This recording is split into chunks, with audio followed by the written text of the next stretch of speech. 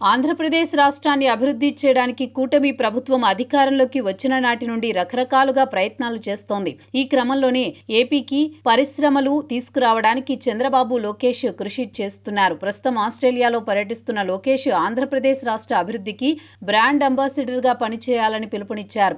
AP NRT ఆధ్వర్యంలో ఆస్ట్రేలియాలోని Sydney cricket ground లో జరిగిన తెలుగు డయాస్పోరా సమావేశానికి ముఖ్య అతిథిగా హాజరైన ఏపీ ఐటీ శాఖ మంత్రి లోకేష్ రాష్ట్రంలో పెట్టుబడులు పెట్టడానికి ఏ కంపెనీలైనా ఆసక్తి చూపిస్తే తమకు సమాచారం అందించాలన్నారు. ఆంధ్రప్రదేశ్ అభివృద్ధిలో పాలు పంచుకోవాలని, రాష్ట్రానికి బ్రాండ్ అంబాసిడర్లుగా ఎన్ఆర్ఐలు మారాలని ఆయన పిలుపునిచ్చారు. గత 16 నెలల్లో ఆంధ్రప్రదేశ్ రాష్ట్రంలో 10 లక్షల కోట్ల పెట్టుబడులు వచ్చాయని చెప్పిన లోకేష్, ఒకే రాష్ట్రం ఒకే రాజధాని, అభివృద్ధి వికేంద్రీకరణ కూటమి ప్రభుత్వ విధానం అంటూ పేర్కొన్నారు. ఏపీలో 5 సంవత్సరాలలో 20 లక్షల ఉద్యోగాలు సృష్టించడం లక్ష్యంగా పెట్టుకున్నామని ఆయన వెల్లడించారు. ఏపీలో డబుల్ ఇంజిన్ బుల్లెట్ ట్రైన్ ప్రభుత్వం నడుస్తోందని పేర్కొన్న ఏపీ అభివృద్ధికి ప్రధాని మోదీతో పాటు సీఎం చంద్రబాబు కృషి చేస్తున్నారన్నారు Lokesh.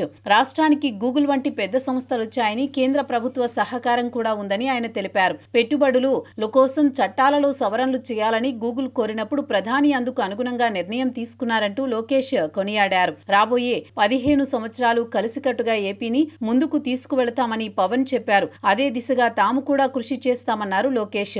Arcelor Mittal steel project విషయంలో కూడా కేంద్రం మద్దతు ఇచ్చిందని లోకేష్ అన్నారు. NTPC green corridor, Nakkapalli pharmacy, Kopparthi, Orvakallu industrial నోడ్లు వంటి ప్రాజెక్టులు శరవేగంగా జరుగుతున్నాయని అన్నారు. ముఖ్యమంత్రి చంద్రబాబు వేగాన్ని అందుకోలేకపోతున్నామని లోకేష్ అన్నారు. ఆయన క్వాంటం కంప్యూటర్ గురించి మాట్లాడినప్పుడు తాను చాట్ జీపీటీ నుండి వెతికి తెలుసుకున్నానని చెప్పారు. చంద్రబాబుకున్న నాలెడ్జికి ఆయనను విజనరీ అన్నారని ప్రశంసించారు. సొంత గ్రామాలను, సొంత రాష్ట్రాన్ని విడిచి వచ్చిన వాళ్లు ఎన్ఆర్ఐలు కాదని, వారంతా మోస్ట్ రిలయబుల్ ఇండియన్స్, ఎంఆర్ఐలు అంటూ లోకేష్ పేర్కొన్నారు. వీరంతా ఖచ్చితంగా ఏపీ అభివృద్ధికి బ్రాండ్ అంబాసిడర్లుగా వ్యవహరించాలని ఆయన వారిని కోరారు.